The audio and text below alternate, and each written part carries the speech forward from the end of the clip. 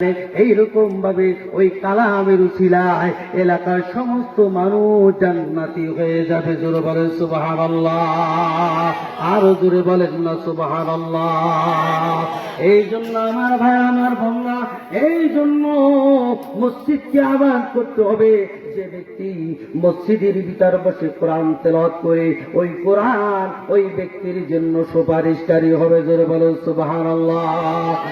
যেইভাবে ওই ছোট্ট বাচ্চা বলেছিল, আলাম ইয়ানি লিল্লাযীনা আমানু আন তাখশা কুলুবুহুম লিযিকরিল্লাহ। আল্লাহু আকবার। আমার আল্লাহ ডাক দিয়ে বলেন, এখন কি তোমার সময় হয় নাই? সময় হয় নাই এখনো?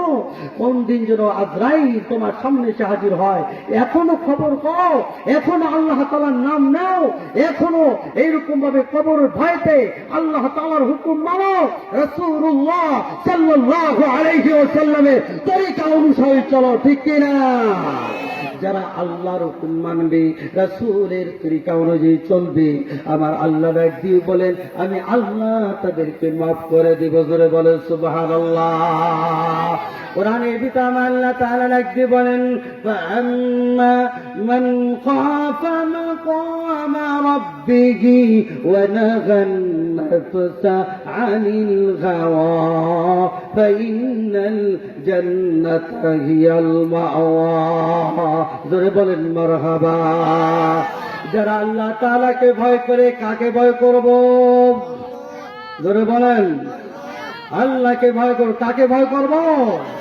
আল্লাহ পাক রব্বুল আলামিনকে যারা ভয় করবে, আমার আল্লাহ ডাক দিয়ে বলেন, এ বান্দা, এ বান্দা, তোমরা যারা আমাকে ভয় করবা, আমি আল্লাহ তোমাকে কিয়ামতের দিবসে বিনা হিসাবে জান্নাত দিয়া দেব। জোরে বলেন সুবহানাল্লাহ। এই জন্য ভয় করতে হবে কাকে বাবা? আল্লাহকে। কাকে ভয় করতে হবে? আল্লাহকে ভয় করতে হবে। যেখানে যে কাজ করব, কাজের সময় চিন্তা করব, এটা আমার আল্লাহর হুকুম অনুযায়ী হয় কিনা, এটা আমার রাসূলের তরিকা অনুসার হয় কিনা। এটা যদি আমার রাসূলের তরিকা অনুযায়ী হয়, এই কাজ আমি করব। কেননা রাসূলের তরিকা অনুসারে যদি না করি, রাসূল আমার সুপারিশ করবে না, ঠিক কিনা? রাসূলের সুপারিশিত হলে রাসূলের তরিকা অনুসারে চলতে হবে, ঠিক কিনা?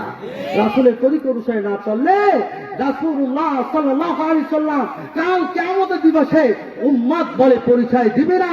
আর যাদেরকে উম্মত বলে পরিচয় দিবে না, তারা জান্নাতি হতে পারবে? পারবে না? কি বলেন? পারবে? রাসূলুল্লাহ সাল্লাল্লাহু আলাইহি সাল্লাম কিয়ামতের ময়দানে আল্লাহ পাক রব্বুল আলামিন রাসূলকে এত বড় ক্ষমতার অধিকারী করে দিবেন, যেই ক্ষমতা আর অন্য কাউকে দেওয়া হবে না, ঠিক কিনা? কোন নবীকে দেওয়া হবে না, কোন রাসূলকে দেওয়া হবে না, একমাত্র আপনার আমার নবী সবচেয়ে বড় ক্ষমতা দেওয়া হবে। জোরে বলেন সুবহানাল্লাহ।